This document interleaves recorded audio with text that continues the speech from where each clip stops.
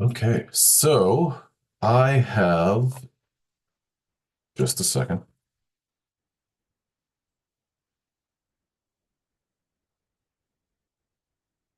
All right. So what we've got going on today is just a little bit of a review. I wanted to share with you guys a couple of items that I think will be valuable when it comes to preparing for the exam, which the exam's just going to be like all our other ones in terms of the time frame that you have. Um, now, I whenever I write an exam, it's always kind of easier and simpler for me to put it as like a complete document, and then I kind of transcribe that into Canvas. So what I did was I went through a couple of things, or went through a little bit of a process, and I'm going to share my screen and share some of these items with you guys. So the first thing that I'm going to share is the list of learning objectives. Now, I believe that I've got this linked on your Canvas homepage down at the very bottom. No, no, but I'm about to. So your learning objectives, those are kind of what were the main points of each one of the different topics that we talked about. Learning objectives. Now I'm going to add course link, pages, learning objectives. Okay. And I believe that anytime that you need to, you can always go to navigate by going to pages and on pages that, let me see, view as a student. I believe that you have the pages link. So click that, then you'll say view all pages. That's going to be kind of all of the pages that you have access to, um, and the ones that are published. And so, exam number 4, learning objectives, I just linked that on our homepage, so that's available to you. Now, the point of all this is just to kind of, take you from, hey, I've got 4 PowerPoints or 4 PDFs, 4 lectures worth of material, but I want to narrow down the scope a little bit and kind of what's the point? What do I need to take away from those? So, for the PDF titled Drug Design, I want you to be able to define principles of design and its importance in modern medicine. Identify the phases of drug development and testing. Then describe the concept of drug binding and receptor interactions. Explain the significance of bioavailability and pharmacokinetics in drug efficacy, and discuss the role of target specificity in minimizing side effects. Now, if some of those things seem a little bit intimidating, I've got another, I built questions based on those. So that will be, when you get a learning objective, it might seem a little like broad and wide open. And so to kind of avoid that, I gave a exam that I'm going to bring up in just a second. Now, when it comes to cancer drugs and cancer therapies, be able to explain what cancer is and describe the hallmarks of cancer. Identify the role of oncogenes and tumor suppressor genes in cancer.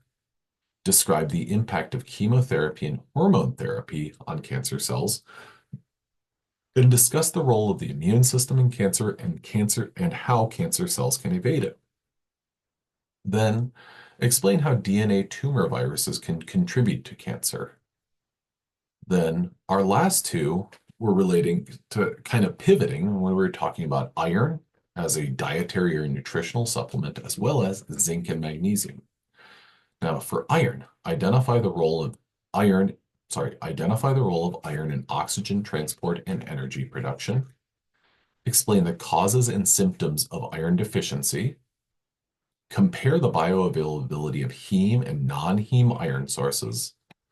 Discuss the factors that enhance or inhibit iron absorption, and describe the potential side effects of excess iron intake.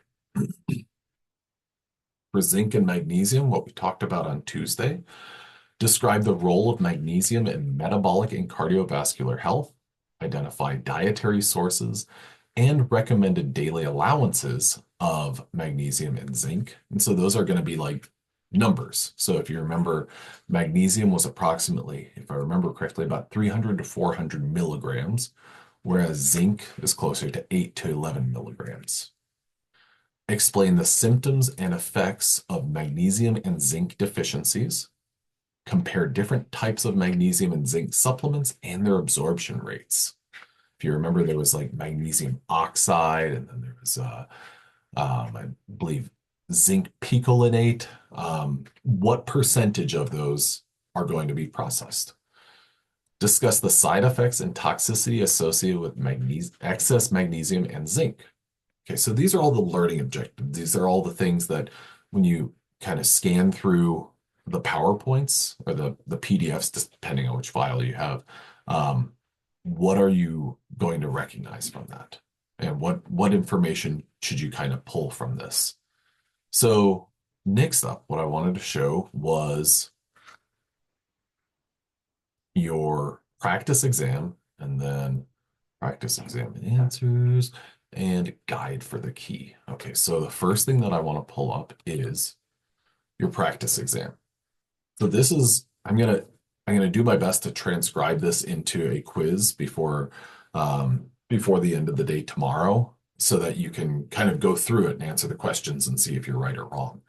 Um, so which of the following best describes the principle of drug design while creating drugs that target multiple systems to maximize effectiveness, developing drugs that specifically interact with target molecules to treat disease, designing drugs that are rapidly metabolized for quick action, and reducing drug specificity to minimize side effects? So we've got all of these different answer options, and I've made this other file that shows the key, and then another page that shows where you would find those different questions in the PowerPoint. So that's one of the things that I want you to be able to do, kind of go through these questions and then look at the key and then bounce back and forth. What's the key? What's the correct answer? And then where would I find that information? So that was one of the things that I wanted to share with you with respect to kind of a good approach to studying for this exam. Now, what I want to do here is I want to kind of move over and look at the different PowerPoints that we talked about, or the different PDFs that we talked about. So our first one was about drug design. We had drug design, cancer and cancer drugs, then iron and magnesium and zinc. So drug design. What was the point of drug design? What's the process? Well, first of all, you have to find the target and then observe basically how that target interacts with its native ligand. Then build and design a drug to interact with that target. So your target would kind of be your protein. Then observe drug absorption, bioavailability, and metabolism. How is that drug taken up by the body, and what happens to it? Then determine the optimal route of administration. So that question would be, is it going to be given through an IV? Do you take it as a pill?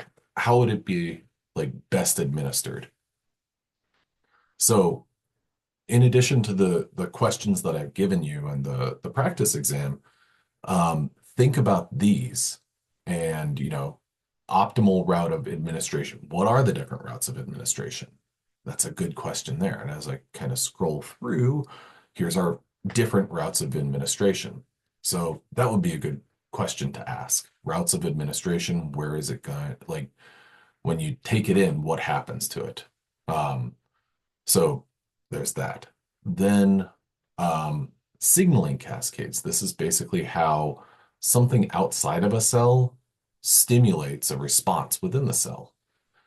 You have a signaling molecule, a receptor protein that receives that signal and then kind of sends that signal down into the nucleus to get genes expressed. If we look at our different modes of receptor binding, there's an agonist, a partial antagonist, and an antagonist. Okay, so in order to understand these different models, well, you've got, actually, I'm going to do one thing real quick.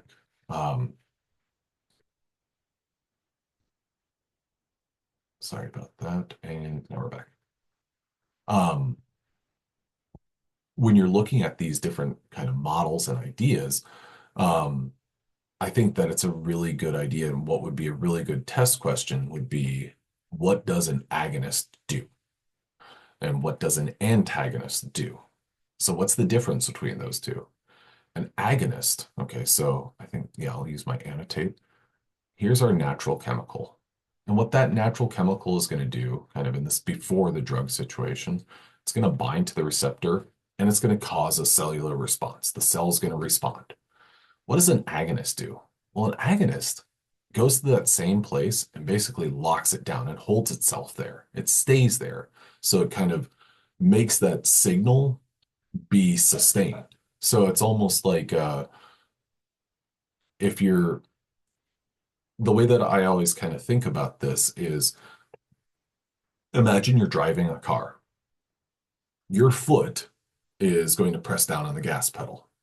Okay, we'll press down on the gas pedal in response to, oh, is there a stop sign or is there a car or like, is there a car nearby me? Do I need to put my foot down on the gas? Do I need to release the gas? That's what the natural chemical is doing. Your natural chemical is your foot. The agonist, well, the agonist is going to kind of make the same thing happen. So think about the agonist as basically like a brick placed onto that gas pedal. So when you place a brick on the gas pedal, what happens? It's held down. It stays down. And it will be there kind of until somebody moves that brick. Okay, so that's what an agonist does. It basically makes that natural chemical be there for forever. What does an antagonist do?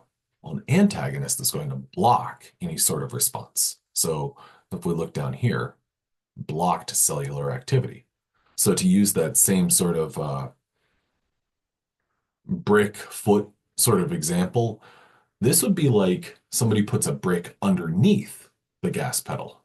So if you put your foot down on the gas pedal, if your foot, the natural chemical is there to press down on the gas pedal, but there's a brick underneath it, what's going to happen to the gas pedal? Well, it's not going to be pressed down. You can't press it down all the way, which is basically what this antagonist is going to do. It's going to block the natural chemical from doing anything. And so you're not going to get a cellular response. So an antagonist says, respond, respond, respond to the cell. And then an antagonist is going to say, don't respond, don't respond, don't respond, don't respond. Okay. So I'm going to clear all my drawings here.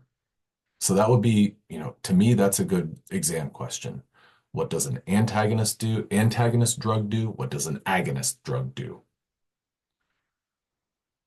If I were to go a little bit farther, okay, so absorption. The human body naturally is going to eliminate things that are, it sees as not a part of itself. It's going to say like, oh, well, I don't know what to do with that. And so it's naturally going to try to get rid of those. And that's one thing that the human body does to drugs. It's going to say, hey, this drug is different, so I got to get rid of it.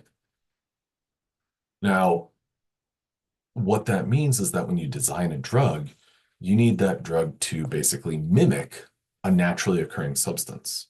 So it's going to mimic or kind of like, I don't know, you could almost say that it's going to be in disguise. It's going to be like, hey, look, it's me, glucose. And then all of a sudden, no, it's not glucose. It's something different. It's a drug.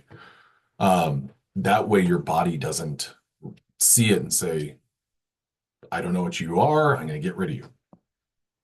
Now, when it comes to administration of drugs, there are some drugs like if you, for example, some people get hormone supplementation, hormone supplements like testosterone. Testosterone is typically given, or historically, testosterone has been given through like an IV, either an IV or a needle injection. And the reason for that is if you had a capsule filled with testosterone or a pill of testosterone and you put it in your mouth, well, then it's going to go into your gut. And when it goes to your gut, then it's going to go to your liver. And your liver, well, what does your liver do? It tries to detoxify things. It tries to basically clean things up. And it's kind of like a filter to make sure that it's good for your body to use. Well, testosterone If it went into your gut and then went to your liver would be like, nope, we don't need that. And so it would break it up. Now, new testosterone is a derivative of like naturally occurring testosterone, so it doesn't get that same treatment. Um, but what I want you to know on this slide right here is I want you to know basically what is the fate of a drug. If it is taken, let's say, I'm going to get my drawing tool here. If you select one of these methods for delivery of a drug, where is it first going to go? It's going to go to the blood. Okay. If you were to inhale something, where is it going to go first? Well, it's going to go to the lungs. Then it will get to the bloodstream and then it will be distributed. But the first thing is it's going to go to your lungs. If you ingest a pill or a capsule, where is it going first? It's going to your gut. And then it's going to go to the liver and then it's going to go to the bloodstream. But first, it's going to your gut. So I want you to know about basically if I gave you a route of administration, where's it going first? I think I'm going to jot this down. I have a pen floating around.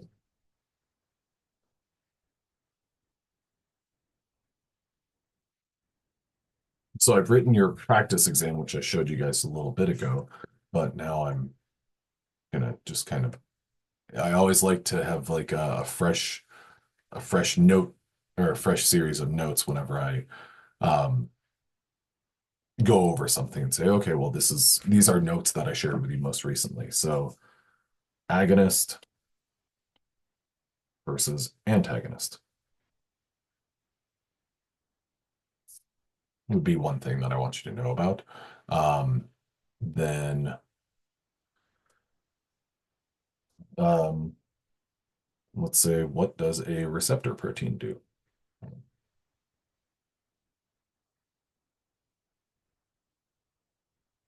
And where would a receptor protein be located? So what does a receptor protein do and where is it? Okay, so we got that receptor binding. Then next up is routes of administration.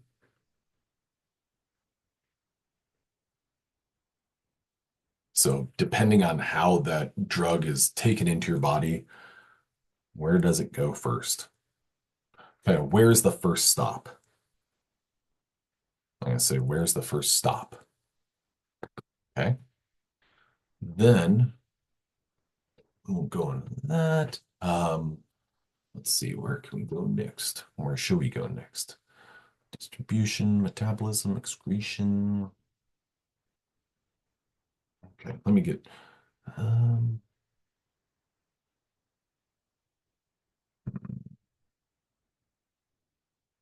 okay, let's see.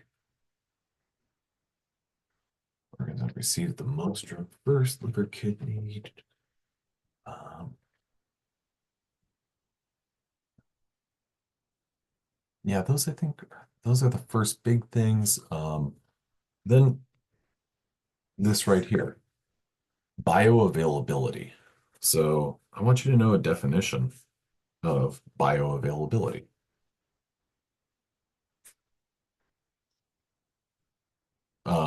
Bioavailability discusses the amount of a drug that reaches the site of action.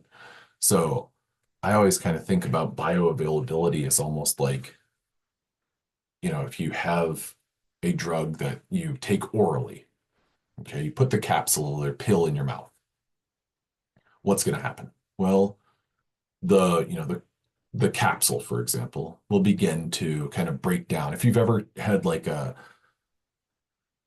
Tylenol capsule and you dropped it in a glass of water, what happens? Well, the capsule itself begins to kind of break apart because that's um, as soon as it gets damp, then it begins to break apart. So when we talk about bioavailability, what we're looking at is as it goes from your mouth through your esophagus, through your gut, through your liver, whenever it gets to, where you want it to go, basically how much is left. Um, so I want you to know This statement right here, that bioavailability discusses the amount of drug that reaches the site of action. Amount reaches site of action. This is an important thing that drug developers always have to deal with because based on the bioavailability of it, you might change how a drug is delivered. Like if, 5% of the drug is available after, oral ingestion, then, you know, is that a drug that has to be taken every 5 minutes? Well, that's a very ineffective drug. So then you want to say, okay, well, that's the case. Then what happens if it's taken intravenously, or what happens if it's inhaled? Um, so, if you think about like if you ever have a bronchitis or something like that, well, if you have an inhaler, that's going to address, so that's going to get your drug to the place where you have the issue very quickly, as opposed to bronchitis where you take a pill. Now, with that said, sometimes you can take a pill or take drink something, and that's just as effective because maybe you don't need it to be administered like in a matter of a couple of seconds. Okay, so there's kind of the four items that I want you to know about with respect to drug design. And let's see, actually, no, there's a fifth item. Let's talk about the fifth item would be drug discovery process. So these kind of all address like the important points of drug design and drug development. Now we're going to look at cancer and cancer drugs and chemotherapies. So with that, we've got what is cancer? Definition. Well, it's unregulated cell growth. And then with respect to this, what's the difference between benign tumor and a malignant tumor? A benign tumor is something that doesn't really cause a problem, whereas a malignant tumor is something that can go on to cause cancer growth in other parts of in other cell types and other organs and other parts of the body. So I want you to know what cancer is and then benign versus malignant.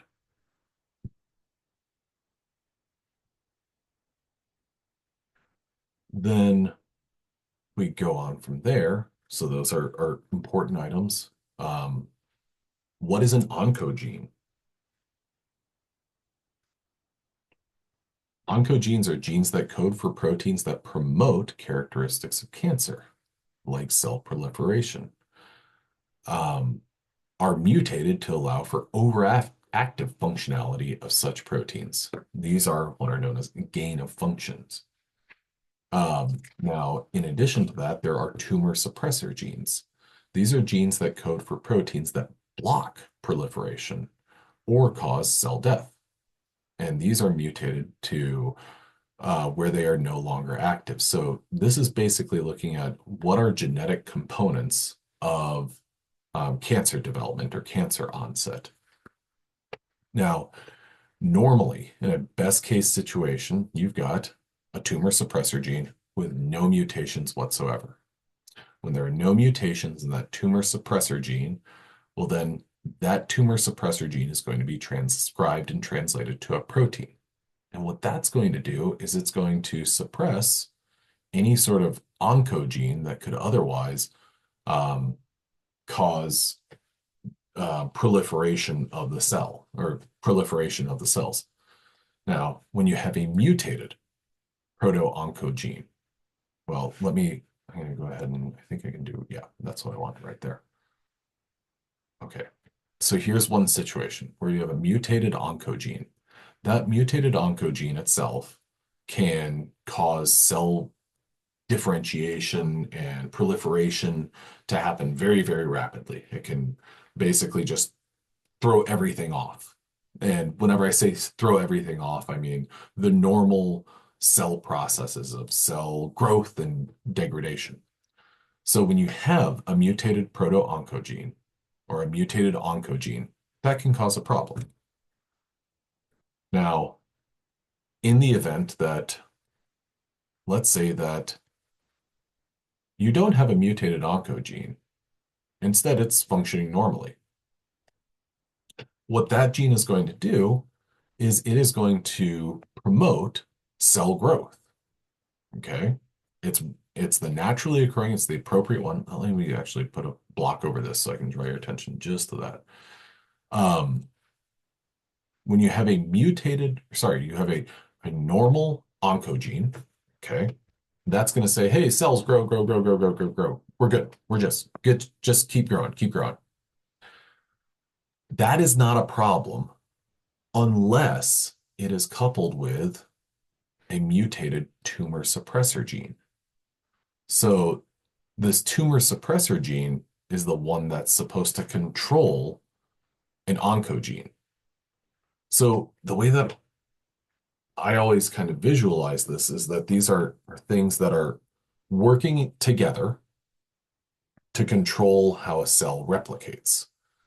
Um, it's almost like, or one way that I think about it is to simplify it a little bit for myself is let's imagine that I've got a voice or I got, a voice in my head that says, hey, Joel, you should go eat some cookies.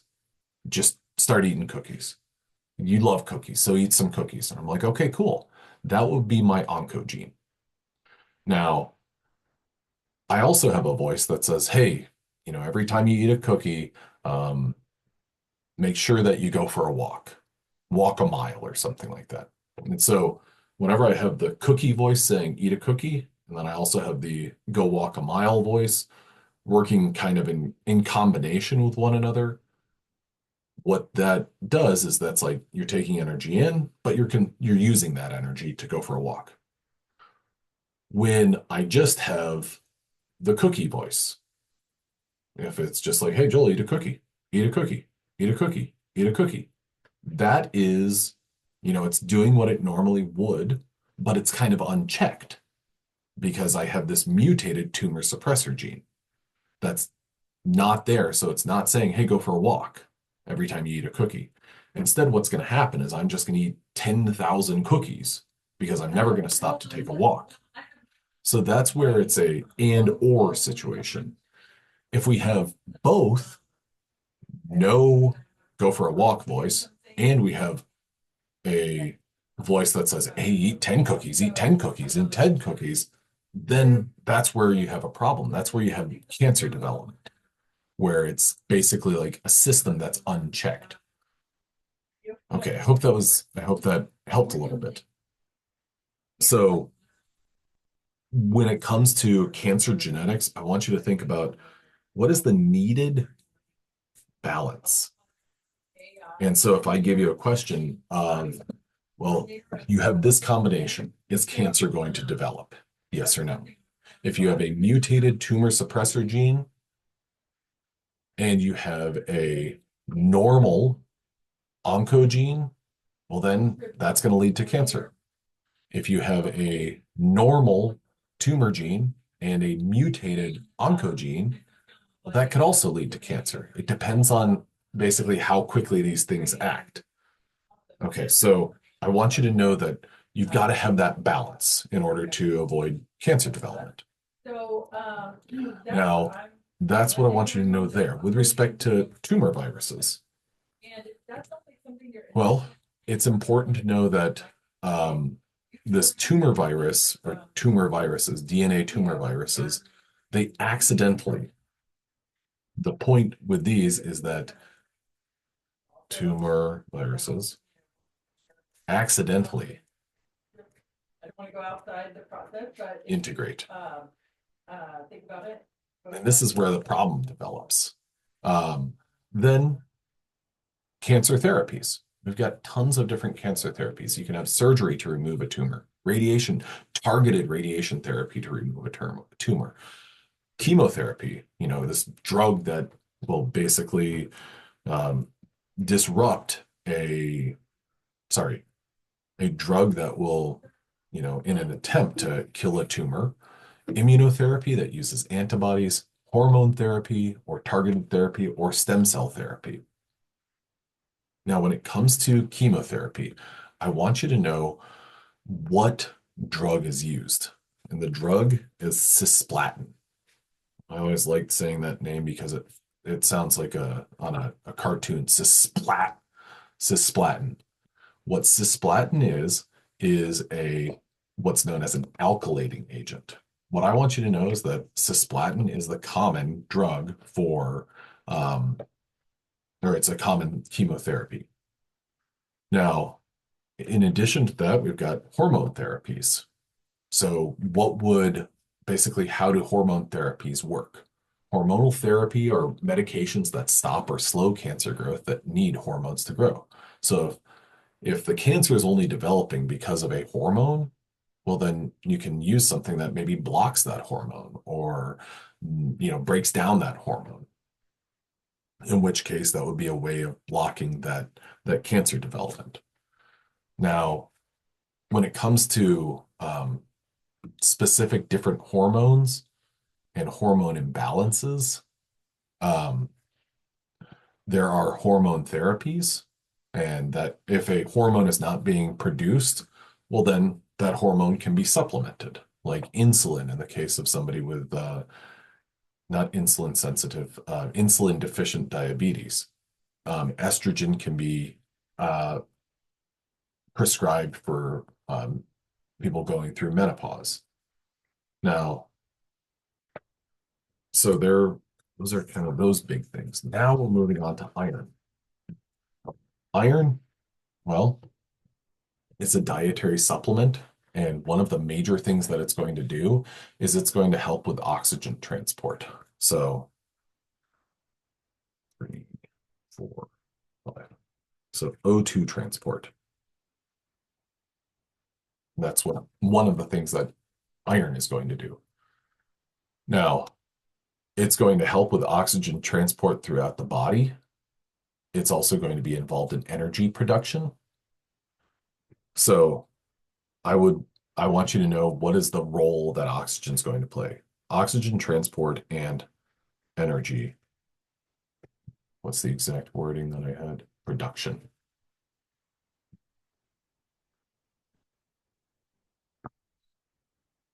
Okay. Now, next up, what are the potential risks of iron deficiency? What can be a problem if you do not have enough iron in your diet? Uh, and then you have to look at, okay, well, what are those? Fatigue is one. Um, that's one issue. Pale skin, shortness of breath, and all of these are kind of considerations if you do not have enough iron in your diet. What are some good sources of iron? And then, what are the different types? There's sources of iron, foods, and I'm not going to expect you to know like specific numbers, how much iron is in, a pound of steak or anything like that. But what are your different types of iron? There's heme and non-heme iron. Those are your two major sources. Um, and those are going to vary the bioavailability and the absorption rate. So when it comes to absorption rate, I'm not going to ask you what a specific absorption rate for iron from a different source is.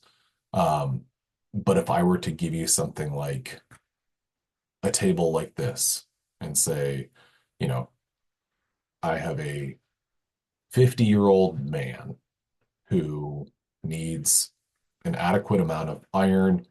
Um, oh, and here's what he's going to eat. Is he going to have enough iron?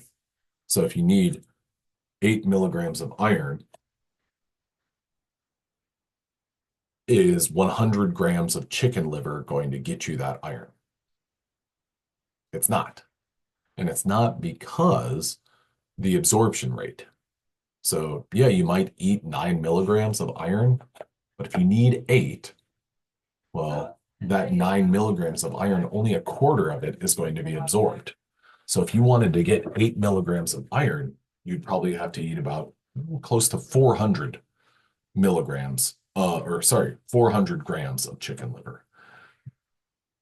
So a question like that is one of the sorts of questions that I'll ask. A calculation with um, absorption, and I would give you the absorption rates of iron. Now, when it comes to um, like taking on iron, um, we have an RDA, or your recommended daily amount, and then we also have an upper limit. So you can have too much iron. What does that mean, or what could that lead to?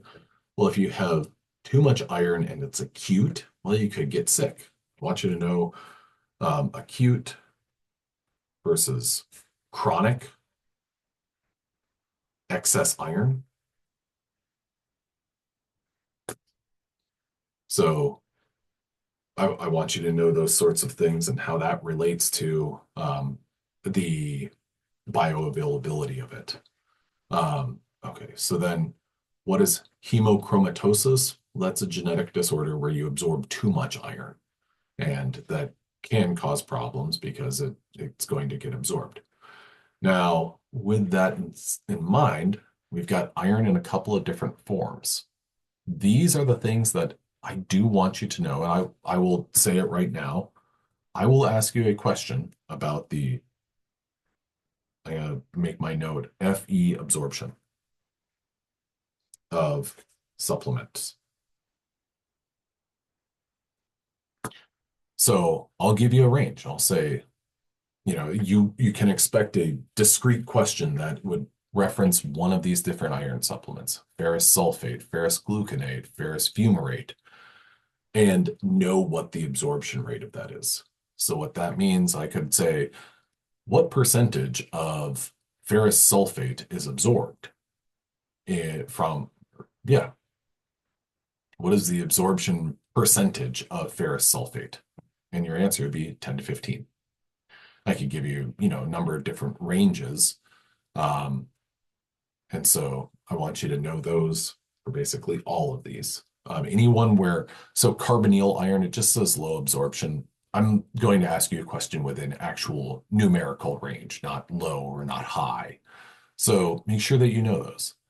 Now, with that in mind, what else does iron help with? Well, or how else can iron absorption be helped? Well, vitamin C is very beneficial to iron because it helps convert Fe3 plus to Fe2 plus, so a trivalent form of iron to a divalent type of iron. Now, with all of that said, whenever you're looking at these different absorptions, I'll notice this: ferrous sulfate 10 to 15, ferrous fumarate 10 to 15, heme iron polypeptide 15 to 35, ferric fumarate 5 to 10, polysaccharide 30 to 40, liposomal 90 to 95. I think that this is always a beneficial consideration, or I think it's always a good idea to think about this. Like, um,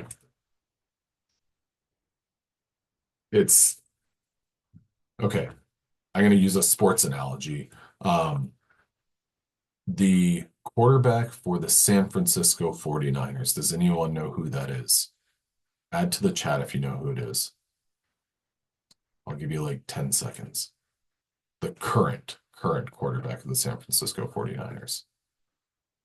Miles, perfect. It's Brock Purdy. Do you know what draft position, or when was he drafted? Not the year, but in the draft when he was selected. Perfect. He was very last. Now, do you know who was drafted before him? No, nobody really does. I'm sure that somebody does. I'm sure the person who was drafted before him knew or knows. But my point in saying all of this is when you're looking at all of these different iron supplements, Okay. I would classify them almost. And I would say, which ones are the memorable ones? Which ones are interesting?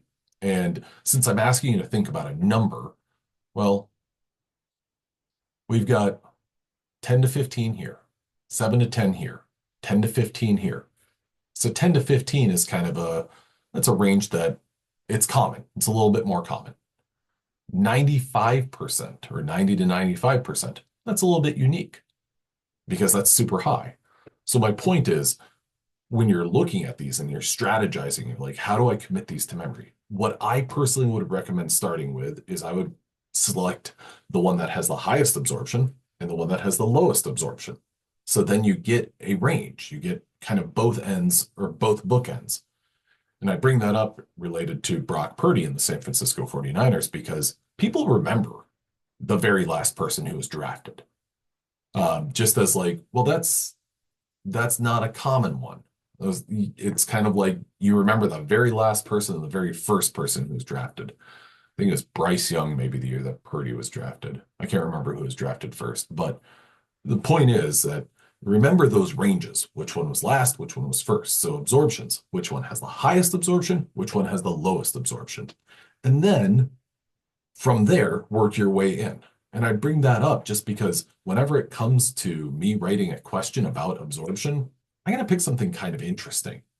Because if I were to say, oh, ferrous fumarate, what is the range? It's 10 to 15.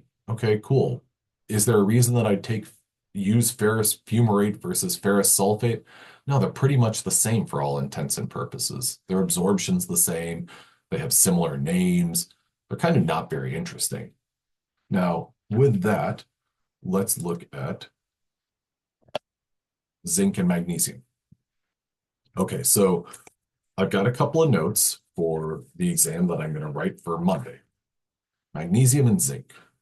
And come up with some more notes. And I like to try to evenly distribute the information amongst all of the different things. So if you remember our exam, it's going to have about 10 questions from the old material. So about lipids and protein ligand complexes, and then about 20 questions that are new. And so of those 20 questions, there's going to be about 5 questions from each one of these topics, roughly. So that's why we can use this exam 4's grade, to replace exam 3's grade. Okay, so magnesium. It's involved in tons of different reactions. Your RDA is about 300, 400 milligrams for magnesium. What it's involved in, stabilizing ATP. If you don't have magnesium, then ATP is going to be a problem. Now, what it also is involved in is vitamin D development. So getting an actual functional form of vitamin D, magnesium is essential for that. Now, in addition to that, what magnesium's involved in is it's basically involved in regulating calcium concentration. So making sure that your cells have enough calcium inside and outside. It's kind of balancing those charges. And what that can lead to is it can lead to blood pressure regulation. Now, our different magnesiums, well, citrate is 20 to 50%, magnesium oxide is 4 to 5, and glycinate is 80 to 90% absorbed. So when it comes to interesting here, there's only 3, but oxide's low, glycinate's high. And then in the middle is the citrate, magnesium citrate. So there's only 3 of those. Zinc, well, what's it involved in? DNA synthesis and immune function. You don't need a lot of it, 8 to 11 milligrams. And by being involved in DNA synthesis, well, it's going to help with development of cell replication. Anything involved in DNA synthesis is going to be involved in tons of different stuff. It's also an enzyme cofactor. And if you remember the other day, I mentioned specifically carbonic anhydrase, alcohol dehydrogenase as things that it is a cofactor for. Um, Now, our zinc supplements, we've got zinc gluconate, zinc citrate, zinc picolinate, and yeah, those are the three. Picolinate is highest, gluconate's the lowest. That's where I would kind of go with those. Um, so with that in mind, let me kind of rehash some of these items. I do want you to know the RDA for zinc and magnesium. How much of those do you need in a given day? I want you to know also the um, where is it?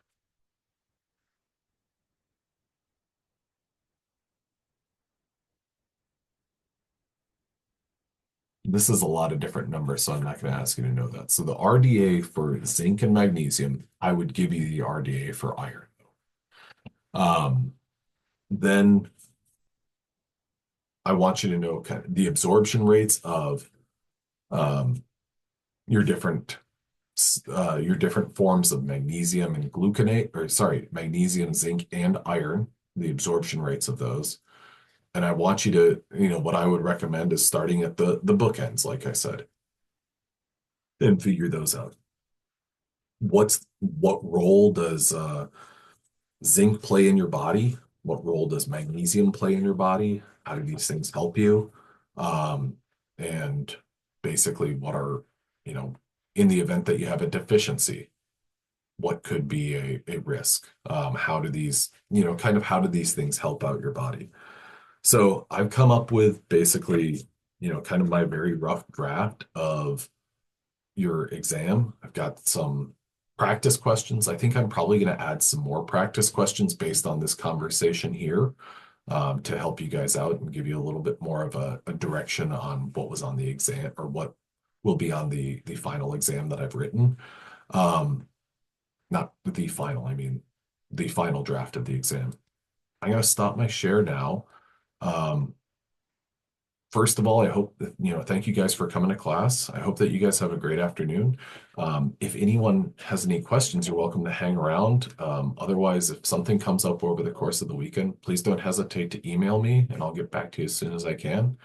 And that extends to Monday as well. So if there's anything that comes up, just let me know. Other than that, I hope you have a great day. Thanks for coming. Thanks, Miles.